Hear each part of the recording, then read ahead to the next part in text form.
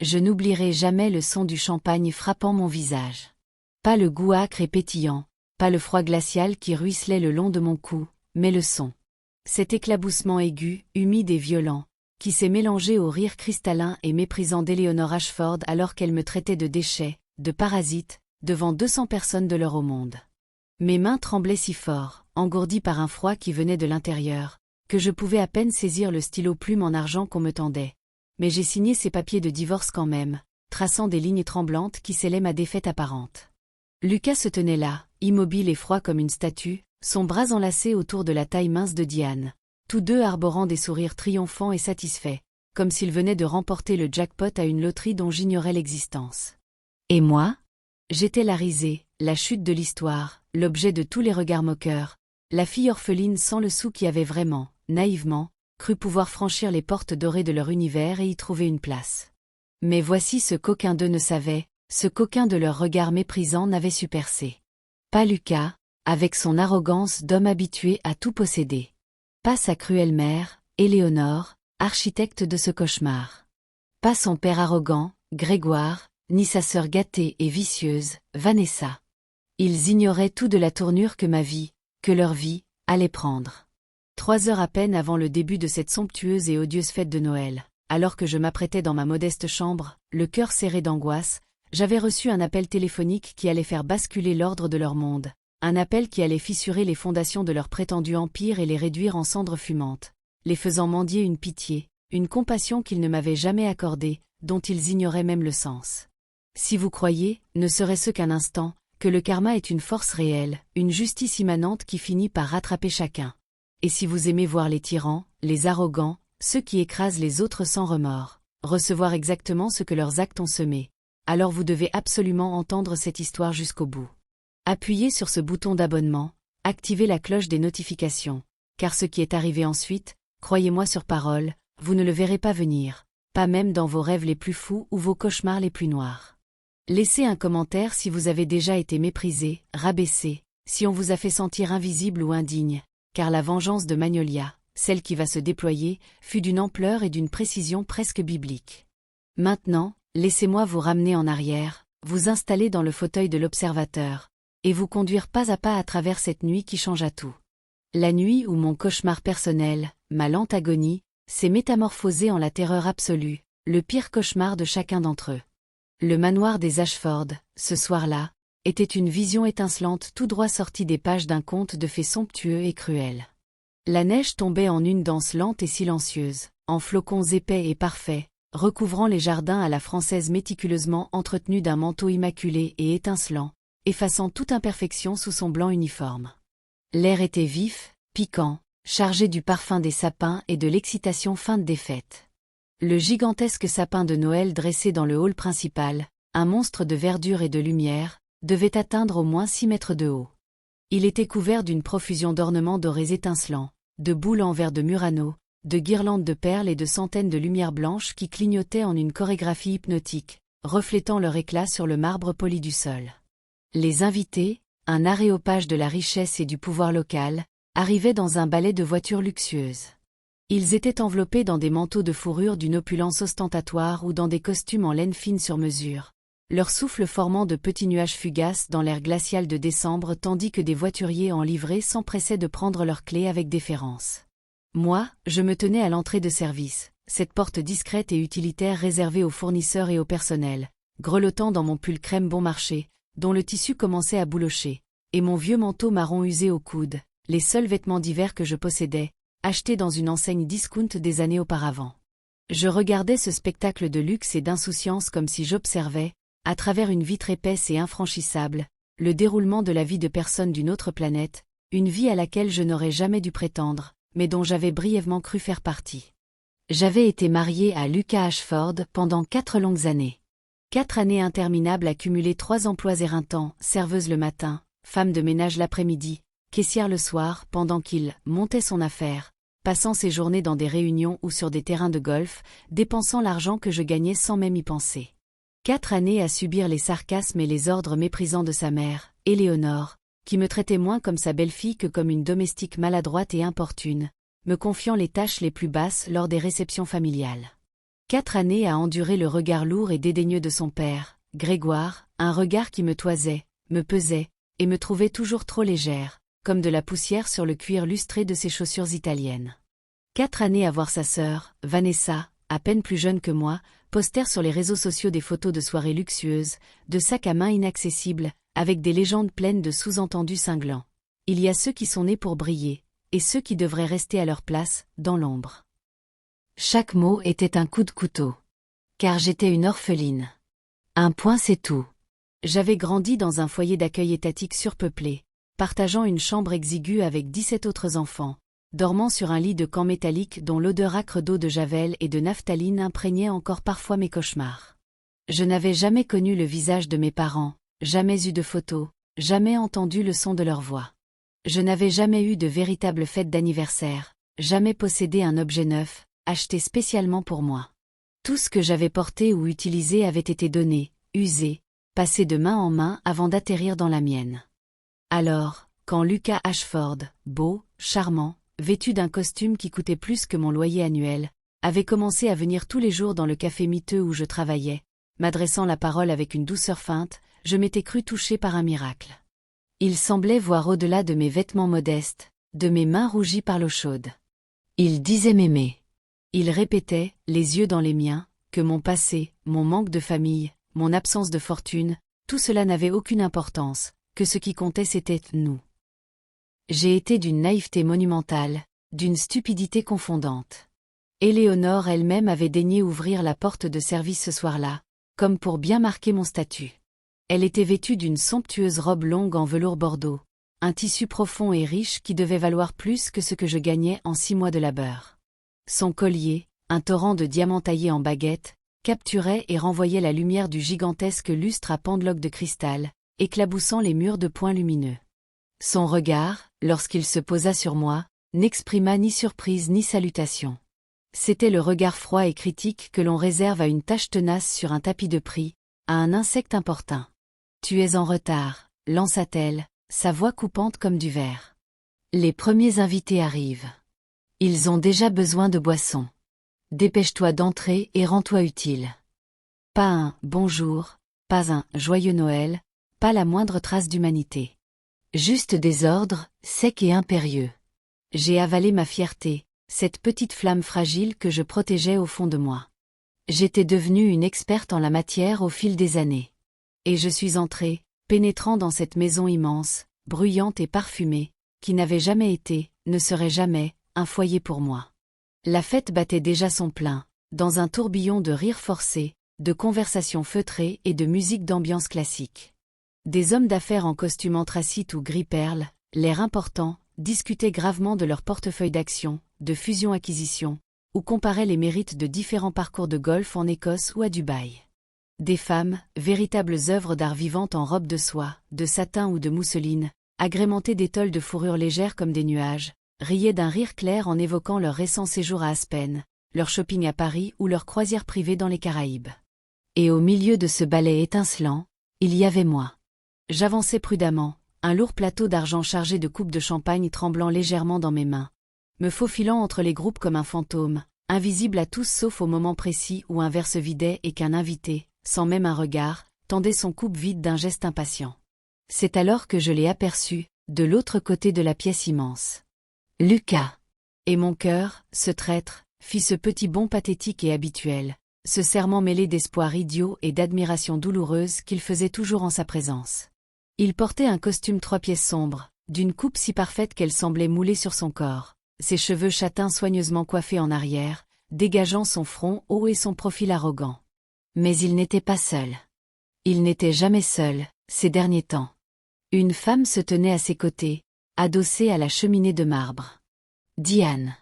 Elle était magnifique, d'une beauté classique et froide, grande et svelte, vêtue d'une longue robe couleur champagne, un fourreau de soie qui l'épousait comme une seconde peau, telle de l'eau figée.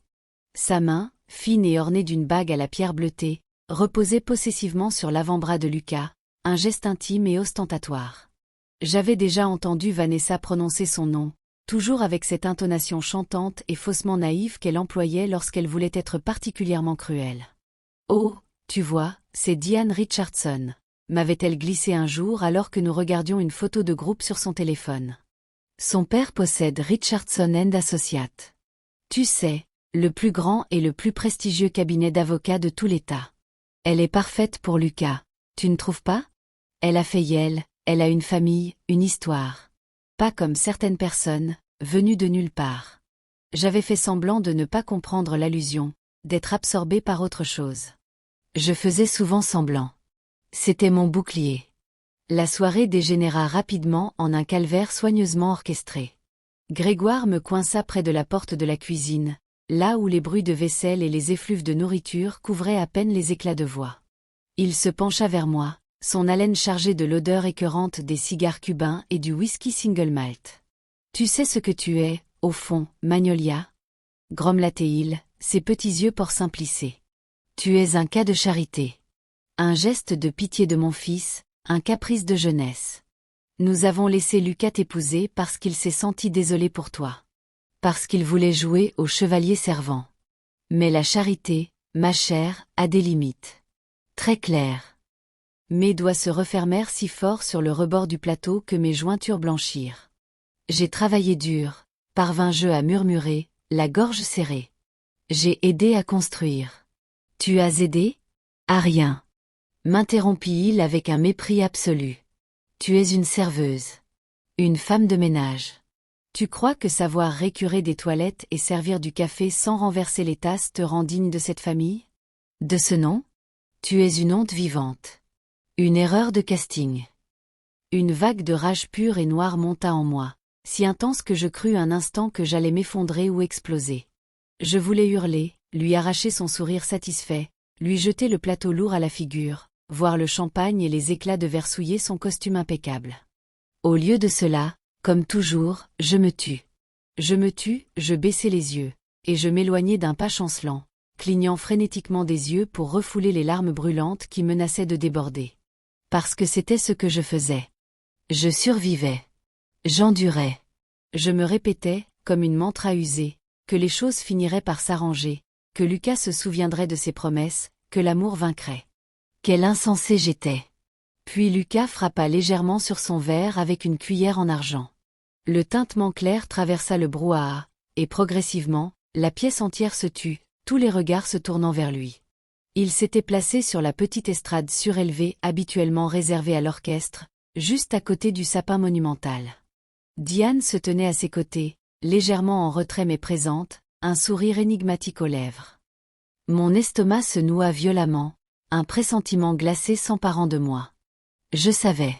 Avant même qu'il n'ouvre la bouche, avant même qu'un mot ne soit prononcé, je savais, au fond de mon être ravagé, ce qui allait se passer. Chers amis, chère famille, merci à tous d'être venus célébrer cette soirée de Noël avec nous. Commença-t-il, sa voix calme, posée, portant parfaitement dans le silence maintenant absolu. J'ai une annonce à faire. Une annonce importante, qui, je l'espère, marquera le début d'un nouveau chapitre. Son regard, froid et déterminé, balaya la foule puis se fixa sur moi, tel un projecteur braqué sur une coupable. Il y a 4 ans, j'ai commis une erreur. Une erreur de jugement, de jeunesse, d'idéalisme mal placé. J'ai lié ma vie à quelqu'un que je croyais aimer, mais dont l'univers, les valeurs, les origines, sont incompatibles avec le mien, avec le nôtre. Des murmures coururent dans l'assistance. Des regards se tournèrent vers moi, certains gênés, la plupart ouvertement curieux, avides de ce drame qui se jouait sous leurs yeux. J'ai réalisé, poursuivit-il, que cette erreur, ce poids, m'a retenu assez longtemps. Il est temps de corriger le tir, de reprendre le contrôle de mon destin, en toute transparence. C'est alors qu'Éléonore s'avança, comme un général rejoignant son soldat sur le champ de bataille. Son sourire était un mélange de triomphe et de cruelle satisfaction. Elle tenait à la main une enveloppe cartonnée qu'elle tendit à son fils. Lucas la prit et en sortit une liasse de papiers officiels. « Magnolia », dit-il, en détachant chaque syllabe de mon nom comme s'il était amer en bouche. « Voici les papiers de notre divorce. Je corrige mon erreur ce soir, devant tous ceux qui comptent pour moi, pour nous, afin qu'il n'y ait aucune ambiguïté, aucun doute sur notre séparation définitive et sur la place que tu occupes désormais. Ou plutôt, que tu n'occupes plus. » La pièce se mit à tourner lentement autour de moi. Les lumières du sapin se brouillèrent en traînées étincelantes, les visages devinrent des masques flous, les rires étouffés résonnèrent à mes oreilles comme des coups de marteau. Éléonore avait tout planifié, orchestré. Cette fête, cette mise en scène, cette humiliation publique. Ils l'avaient tous fait. Grégoire, le patriarche, parla à son tour, d'une voix forte qui porta dans le moindre recoin. Signe-les, fille. Tu es venue de rien. Tu repartiras avec rien. C'est écrit noir sur blanc dans le contrat prénuptial que tu as signé, trop heureuse de t'accrocher à notre nom. Tu n'auras pas un centime. Je marchai vers Lucas, mes jambes semblant faites de coton, ployant sous le poids du déshonneur. Mon visage était en feu, une chaleur humiliante qui montait de ma poitrine à mes joues. Autour de moi, j'apercevais des invités sortir leur smartphone, les pointeurs vers moi, capturant chaque seconde de mon anéantissement. Dans un coin, Vanessa, le visage illuminé d'une joie maligne, tenait son téléphone à bout de bras, commentant probablement la scène en direct pour ses abonnés, pouffant de rire avec un groupe de ses amis aussi superficiel qu'elle. Lorsque je fus à quelques pas de lui, Diane se pencha légèrement, et son chuchotement, aussi doux et venimeux que du velours empoisonné, me parvint. Tu as vraiment cru, un seul instant, que tu pouvais appartenir à ce monde. Regarde-toi. Regarde tes vêtements de misère, tes mains abîmées, ton histoire qui n'en est pas une. Tu n'es personne, Magnolia. Tu n'as jamais été personne. Lucas me tendit alors un stylo plume lourd, un objet froid et impersonnel. Les papiers étaient ouverts à la dernière page, celle de la signature. Mes yeux, embués de larmes que je refusais de laisser couler, essayèrent de déchiffrer les caractères, mais ils dansaient, incohérents. Je vis cependant des mots, contrat prénuptial, renonciation à toute prétention sur les biens présents et futurs, zéro compensation financière ou autre. C'est à ce moment précis qu'Éléonore fit un pas en avant. Elle tenait encore sa coupe de champagne à moitié pleine. Sans un mot, d'un geste vif et théâtral, elle lança le liquide doré et pétillant directement sur mon visage. Le choc fut physique et psychique. Le liquide était glacé, collant, il ruissela le long de mon cou, imbiba mon pull crème, le tachant irrémédiablement. La coupe en cristal, lâchée de sa main, heurta le sol de marbre avec un bruit sec et éclatant, se brisant en 1000 morceaux qui scintillèrent comme des diamants maléfiques. Dans la salle, un « oh » collectif de surprises horrifiées, ou peut-être ravis, s'éleva, suivi d'un silence de mort. Ça, c'est pour les 4 années que tu as volé à mon fils, espèce de mendiante mal élevée, cracha Éléonore, sa voix perçant le silence comme une lame. 4 années de sa vie, de notre patience, gaspillées sur une incapable. Sous le choc, tremblant de tous mes membres, humide, frigorifié, le cœur battant à tout rompre, je saisis le stylo. Ma main tremblait si violemment que la pointe dessina sur le papier des lignes saccadées, une signature qui ne ressemblait en rien à la mienne, une marque informe et pitoyable. Mais je signai. J'apposai ce gribouillis qui scellait officiellement ma déchéance. Que pouvais-je faire d'autre? Je n'avais rien. Pas d'argent, pas de famille, pas d'amis dans ce monde. Pas d'avocat pour me défendre. J'étais exactement ce qu'ils disaient, rien. Du moins, c'est ce qu'ils étaient parvenus, au fil des années d'usure psychologique, à me convaincre que j'étais. Une fois la signature apposée, Lucas, sans un mot de plus, fouilla dans la poche intérieure de sa veste et en sortit une liasse de billets. Il en compta 5, de ceux dont la valeur se chiffre en centaines, et me les tendit, les tenant par le bout, comme s'il avait peur de me toucher. Tiens.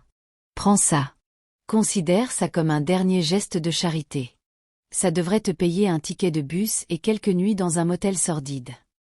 Avant que je ne puisse réagir, répliquer, ou simplement laisser tomber l'argent par terre, 2 hommes en uniforme de sécurité, massifs et impassibles, émergèrent de l'ombre. Ils me saisirent fermement chacun par un bras, leurs doigts comme des pinces de métal s'enfonçant dans ma chair, et entreprirent de me tirer vers la sortie principale, comme si j'étais une intruse, une criminelle qu'on expulsait. Les rires, maintenant francs et bruyants, éclatèrent autour de nous. Les flashs des téléphones crépitèrent, immortalisant ma dégringolade. Alors qu'on me faisait passer de force devant Vanessa, elle leva son verre dans ma direction et cria, d'une voix perçante qui domina le tumulte. « Bon voyage, la déchette. Et surtout, ne reviens jamais. Tu polluerais l'air que nous respirons. » Ils me jetèrent littéralement dehors, me poussant brutalement au-delà des immenses grilles en fer forgé du manoir. Je trébuchai et tombai lourdement dans la neige fraîche, profonde et glacée. Le choc fut violent. Alors que je me relevais péniblement, tremblante de froid et de honte, une sensation familière à mon doigt me fit sursauter. Ma bague de mariage, un simple anneau d'or modeste que j'avais pourtant chéri, avait glissé de mon doigt engourdi par le froid et l'émotion. Elle disparut dans l'épaisse couche de neige blanche, sans un bruit, sans un reflet. Je restai un instant immobile, regardant l'endroit où elle avait sombré. Puis je me détournai. Je ne pris pas la peine de chercher. Cette bague, comme mon mariage, n'avait été qu'un leurre, un faux semblant sans valeur. Je marchai longtemps, errant sans but dans les rues désertes et enneigées des beaux quartiers, jusqu'à ce que je trouve, à plusieurs kilomètres de là, un petit dîner ouvert 24 heures sur 24, oasis de lumière jaunâtre dans la nuit noire. Je m'effondrai sur une banquette en sky fissuré. Mon téléphone, vieux modèle aux performances limitées, affichait un inquiétant 2% de batterie. Mon pull, toujours humide de champagne, collait à ma peau, dégageant une odeur fade et sucrée. Je vérifiai mon compte en banque sur l'application bancaire qui mettait une éternité à se charger. 247,63 $. Tout ce que j'avais au monde. Aucun endroit où dormir, aucune famille à appeler, aucun plan. Les larmes vinrent alors, silencieuses d'abord, puis incontrôlables, des sanglots secs qui me secouaient tout le corps, m'empêchant presque de respirer. La serveuse, une femme d'un certain âge aux traits fatigués, me lança plusieurs regards chargés d'une pitié qui, étrangement, me fit encore plus mal que la colère ou le mépris. Sa compassion passive était le sceau final sur mon échec absolu. J'étais devenu un objet de pitié. C'est dans cet état de délabrement total que mon téléphone, posé sur la table, se mit à vibrer puis à sonner, une mélodie criarde que je détestais. L'écran affichait « numéro masqué ». La dernière chose dont j'avais besoin était un démarcheur téléphonique ou un escroc. J'allais laisser tomber, l'envoyer sur messagerie, mais une impulsion étrange, un minuscule reste de curiosité morbide, me fit glisser mon doigt sur l'écran. « Allô ?» Ma voix était rauque, méconnaissable. « Mademoiselle Wellington ?» demanda une voix de femme. Calme, professionnelle, avec une urgence sous-jacente. « Faux numéro », répondis-je aussitôt, épuisé. « Je m'appelle Magnolia Ross. » La voix à l'autre bout du fil ne sembla pas perturbée. « Votre nom de naissance, en réalité, est Magnolia Grace Wellington. Je vous appelle au nom de Wellington Global Industries. Il s'agit d'une affaire de la plus haute importance concernant votre père. » Je raccrochai sèchement. Une arnaque. Évidemment. J'en avais déjà été victime par le passé, des escrocs ciblant les personnes vulnérables, désespérées, avec des histoires de fortune perdue ou d'héritage mystérieux. Mon téléphone sonna de nouveau. Et encore. Et encore. La sonnerie insistante, têtue, finit par percer le brouillard de ma détresse. Exaspéré, je finis par répondre à nouveau. « Écoutez-moi, s'il vous plaît », dit la voix, toujours aussi calme mais avec une fermeté nouvelle. « Mon nom est Patricia Chen. Je suis avocate, associée au cabinet Chen et Associés, mandatée par Wellington Global Industries. Je suis actuellement assise dans une voiture garée juste devant le dîner où vous vous trouvez, avec un collègue, Monsieur Harold Finch, un enquêteur privé de grande réputation. Nous vous recherchons depuis 24 ans, Magnolia. 24 longues années. Si vous acceptez de nous accorder 5 petites minutes de votre temps, nous pouvons vous montrer des preuves, des documents irréfutables. » Intrigué malgré moi, le cœur soudain battant la chamade pour une raison différente, je tournai la tête vers la grande baille vitrée du dîner. Effectivement, une longue berline noire et discrète était garée sous un lampadaire. 2 personnes en sortirent, un homme âgé, grand et digne, vêtu d'un manteau beige classique, et une femme d'âge moyen, à l'allure efficace et précise, enveloppée dans un caban gris. Ils marchèrent d'un pas décidé vers l'entrée du dîner. Ils entrèrent, balayèrent la salle du regard, m'aperçurent, et vinrent s'asseoir en face de moi à la table, comme si ce rendez-vous au milieu de la nuit dans un dîner miteux était la chose la plus naturelle du monde. Aucun sourire inutile, seulement une gravité intense. L'homme, Harold, posa une mallette épaisse sur la table, l'ouvrit, et en sortit un dossier cartonné qu'il fit glisser vers moi. « Ouvrez-le, mademoiselle Wellington, » dit-il simplement, sa voix était grave, usée, mais empreinte d'une sincérité qui tranchait avec tout ce que je venais de vivre. Les doigts tremblants, j'ouvris le dossier. À l'intérieur, c'était un trésor qui concernait une autre moi. Des photographies anciennes en noir et blanc et en couleur, des photocopies de documents officiels avec des sceaux, des rapports d'analyse ADN complexes, des certificats de naissance, de décès. Et surtout, une photographie plus grande, légèrement jaunie, représentant une jeune femme. Elle souriait, tenant dans ses bras un nouveau-né emmailloté. Elle avait mes yeux. Exactement mes yeux. La même forme, la même couleur, la même manière de plisser les coins lorsqu'elle souriait. Et son visage. C'était comme se regarder dans un miroir remontant le temps. Mon souffle se coupa. Cette femme, dit Patricia Chen doucement, en pointant du doigt la photo, est Catherine Eleanor Wellington. Votre mère. Elle est décédée des suites de complications, quelques heures seulement après votre naissance. Je ne pouvais plus parler. Les mots s'étaient évaporés. Ma gorge était un nœud douloureux. Harold Finch se pencha en avant, ses mains jointes sur la table. Votre père est Jonathan Alistair Wellington. Il est le fondateur, président et principal actionnaire de Wellington Global Industries. Un conglomérat présent dans l'hôtellerie de luxe, l'immobilier commercial, les technologies de pointe et les énergies renouvelables. Sa fortune personnelle et celle de l'entreprise sont estimées à environ 6,2 milliards de dollars. Chaque mot frappait comme un coup de marteau. Vous, poursuivit-il, avez été enlevé à la maternité de l'hôpital privé Saint-Marie, la nuit même du décès de votre mère, par une infirmière nommée Ruth Coleman. Cette femme, souffrant de troubles psychologiques après une fausse couche, a fui avec vous. Elle vous a élevé sous une fausse identité, dans la pauvreté et la précarité, sans jamais vous révéler vos origines. Lorsqu'elle est décédée d'un cancer il y a 8 ans, elle a laissé une lettre de confession adressée à un prêtre, expliquant son geste. Il nous a fallu toutes ces années, et les progrès de l'analyse ADN, pour enfin, vous retrouver. C'était trop. C'était grotesque, impossible, le scénario d'un mauvais film. C'est insensé, parvins-je à chuchoter, les yeux rivés sur la photo de ma mère, sur ce sourire que je n'avais jamais connu. Il y a plus, reprit Patricia, son visage s'assombrissant. Votre père est gravement malade, Magnolia. Un cancer du pancréas, très agressif. Les médecins lui donnent 6 mois, peut-être moins. Son dernier vœu, son obsession absolue depuis 24 ans, est de retrouver sa fille, de vous serrer dans ses bras, et de vous restituer tout ce qui aurait dû être vôtre depuis le premier jour, votre nom, votre héritage, votre place dans le monde. Je me mis à rire. Un rire nerveux, hystérique, qui jaillit malgré moi.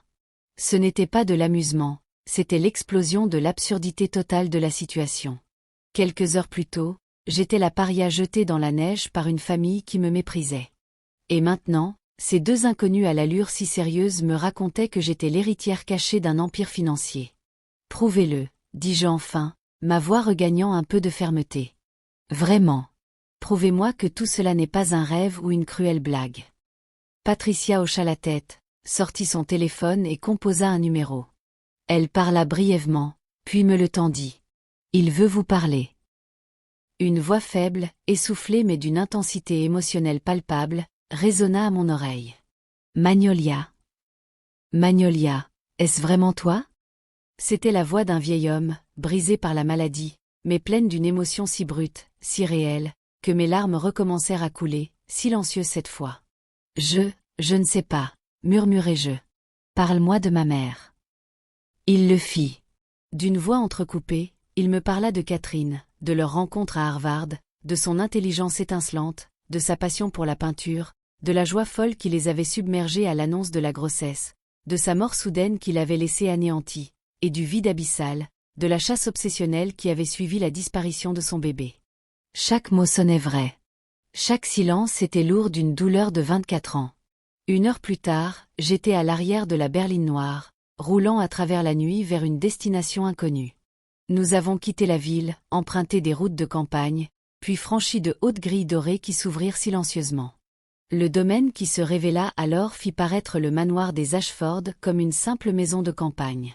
C'était une immense propriété de style géorgien, illuminée avec goût, entourée de jardins à perte de vue, avec des écuries, un lac, des cerfs. Dans une bibliothèque aux boiseries sombres et aux étagères croulant sous les livres, un homme était assis dans un fauteuil roulant, une couverture sur les genoux, un masque à oxygène posé à côté de lui. Lorsqu'il me vit entrer, accompagné de Patricia et Harold, il leva la tête. Et je vis ses yeux. Mes yeux. La même couleur noisette, la même forme légèrement tombante. Des larmes jaillirent instantanément sur ses joues creusées par la maladie. Magnolia, souffla-t-il, tendant une main tremblante. Mon Dieu, tu lui ressembles tellement. Tu es le portrait vivant de ta mère. Je m'effondrai. Toute la tension, la douleur, la confusion des dernières heures, des dernières années, se libérèrent d'un coup. Je tombai à genoux près de son fauteuil et il prit mes mains entre les siennes, des mains froides et osseuses mais d'une force étonnante. Nous pleurâmes ensemble, longtemps, sans mots, dans cette bibliothèque silencieuse. Il était mon père. Cet homme mourant, dont l'empire s'étendait sur le monde, était mon sang, ma famille. Il me parla pendant des heures, me montra des albums de photos, des lettres de ma mère, me raconta comment il n'avait jamais cessé de financer des enquêtes, de suivre chaque piste, même les plus folles, comment il avait mis en place un fonds spécial, le fonds Magnolia, dont les intérêts colossaux m'étaient destinés et s'étaient accumulés pendant tout ce temps. Mais Patricia, toujours pragmatique, dut nous ramener à la réalité. Jonathan, Magnolia, il y a un problème sérieux. Le frère cadet de Jonathan, Raymond Wellington, a pris les rênes opérationnelles de l'entreprise il y a 10 ans, lorsque la santé de Jonathan a commencé à décliner. Raymond est convaincu qu'il n'y a pas d'héritier direct. Il est ambitieux, impitoyable. Nos enquêtes préliminaires suggèrent fortement qu'il a détourné des fonds, conclu des marchés douteux, et qu'il a consolidé son pouvoir au sein du conseil d'administration. Si Magnolia se révèle publiquement maintenant, sans préparation, elle pourrait être en grand danger. Raymond ne reculera devant rien pour protéger son emprise sur l'Empire. Mon père me regarda, son regard soudain durci par une détermination féroce. Elle a raison. Nous devons être prudents. Stratèges. Je pris une profonde inspiration. La petite fille effrayée, la femme humiliée de quelques heures plus tôt commençait à reculer, faisant place à quelqu'un d'autre. D'accord, dis-je. Je suis prête à apprendre. À me préparer. Mais j'ai une condition. Une exigence. Ils me regardèrent, attentifs. Je veux les détruire d'abord. Les Ashford. Lucas, Éléonore, Grégoire, Vanessa. Tous. Je veux qu'ils sachent ce que cela fait de tout perdre, d'être réduit à rien. Et ensuite, seulement ensuite, je m'occuperai de Raymond et je réclamerai mon héritage. Mon père eut un sourire faible mais fier. Ma fille. Tu as hérité de la force de ta mère. Sois. Nous ferons les choses dans l'ordre. Ton ordre. Ainsi commença la métamorphose la plus intense de ma vie. Pendant les 2 mois suivants, je vécus recluse dans le domaine, sous une protection discrète mais constante. Une équipe de tuteurs privés, les meilleurs dans leurs domaines respectifs, fut engagée. J'étudiais le droit des affaires, la finance internationale, la gestion d'entreprise, la stratégie boursière, la communication de crise. Je dévorais les rapports annuels de Wellington Global, analysais ses filiales, ses concurrents, ses points forts et ses faiblesses. En parallèle, je suivis des cours particuliers avec une coach en développement personnel et un ancien agent du secret service pour apprendre à me déplacer, à parler, à me comporter avec l'aisance et l'autorité naturelle d'une héritière. J'appris à porter des vêtements qui n'étaient pas un uniforme de service, à choisir des bijoux discrets mais d'une valeur inouïe, à maîtriser mon regard, ma posture. Simultanément, j'engageais, via Harold et son réseau, les enquêteurs privés les plus discrets et les plus compétents. Leur mission, déterrer chaque secret, chaque dette, chaque faiblesse de la famille Ashford et de leurs associés. Les rapports qui me parvenaient étaient d'une précision chirurgicale et dévastatrice. Lucas, son entreprise de développement immobilier de luxe, était un château de cartes. Il était endetté à hauteur de plus de 2 millions de dollars auprès de plusieurs banques et prêteurs privés aux méthodes musclées. Son mariage avec Diane Richardson n'était qu'une manœuvre désespérée. Le cabinet de son père, Richardson et Associates, était le seul à accepter encore de le représenter et de retarder les procédures de recouvrement. Il n'y avait aucun amour, seulement un calcul de survie financière. Grégoire Ashford, son empire de construction était sous le coup d'une enquête fédérale pour fraude aux appels d'offres publics, corruption d'agents municipaux et violation répétée des normes environnementales. Des preuves solides commençaient à s'accumuler. Eleanor Ashford, derrière les apparences de la grande dame, se cachait une addiction aux jeux dévorantes. Elle avait dilapidé près de 800 000 $ dans des casinos en ligne et lors de voyages discrets à Las Vegas et Macao. Elle avait hypothéqué en secret plusieurs de ses bijoux personnels, hérités de sa famille. Vanessa Ashford, sa vie de « socialité » parfaite cachait un scandale étouffé à grands frais. Elle avait été impliquée, quelques années plus tôt, dans un accident de voiture sous l'emprise de l'alcool et de stupéfiants, accident qui avait grièvement blessé un cycliste. La famille avait payé le silence de la victime et fait disparaître le dossier. Mais l'un des amis présents ce soir-là, devenu rancunier, conservait des preuves et était prêt à parler. Et puis, il y avait la découverte la plus personnelle, la plus vicieuse. Lucas avait eu accès, pendant notre mariage, à un compte d'épargne que j'avais réussi à ouvrir et à alimenter discrètement avec les pourboires de mes 3 emplois. 8 000 $. Une fortune pour moi, une somme dérisoire pour lui. Il avait vidé ce compte, sans mon autorisation, pour couvrir une dette de jeu. Pire, il avait utilisé une fausse procuration et avait contrefait ma signature sur plusieurs demandes de prêt à la consommation. Je découvris avec horreur que j'étais, légalement, responsable de 45 000 $ de dettes qu'il avait contractées à mon nom. Son plan était diaboliquement simple: m'épouser, user de ma confiance pour détruire ma santé financière déjà précaire, puis me divorcer en m'abandonnant avec ses dettes, me condamnant à la faillite et à l'insolvabilité perpétuelle. La colère que je ressentis alors ne fut pas un feu brûlant et incontrôlable, mais une glace froide, dure, tranchante comme un diamant. Je ne criais pas. Je ne pleurais pas. Je me concentrais. Je devins un ordinateur humain, absorbant l'information et élaborant des contre-mesures. La première étape fut de créer une identité parfaite, impénétrable. Melina Grant. Née à Genève, éduquée à la London School of Economics, gestionnaire de fonds d'investissement privés pour une société basée à Zurich, spécialisée dans le sauvetage d'entreprises familiales en difficulté. Avec l'aide de Patricia et des ressources illimitées de mon père, cette identité fut solidement étayée par des faux documents d'une qualité exceptionnelle, un historique de cartes de crédit, des profils sur les réseaux sociaux professionnels, même des articles de presse financière mentionnant son nom. Physiquement, je me transformais. Une coupe de cheveux radicalement différente, teinte dans une nuance de châtain plus froide, coiffée en un chignon strict. Des lunettes de designer au vert légèrement teinté. Un garde-robe de tailleur pantalon sobre mais d'un luxe absolu, en cachemire, en soie, en laine fine. Des chaussures italiennes au cuir souple. Un parfum discret mais distinctif. Je devins Melina Grant, et lorsque je me regardai dans le miroir pour la première fois, je ne reconnus même pas la femme qui me fixait. La peur avait disparu, remplacée par une froide détermination. C'est sous cette apparence que j'approchai Grégoire Ashford.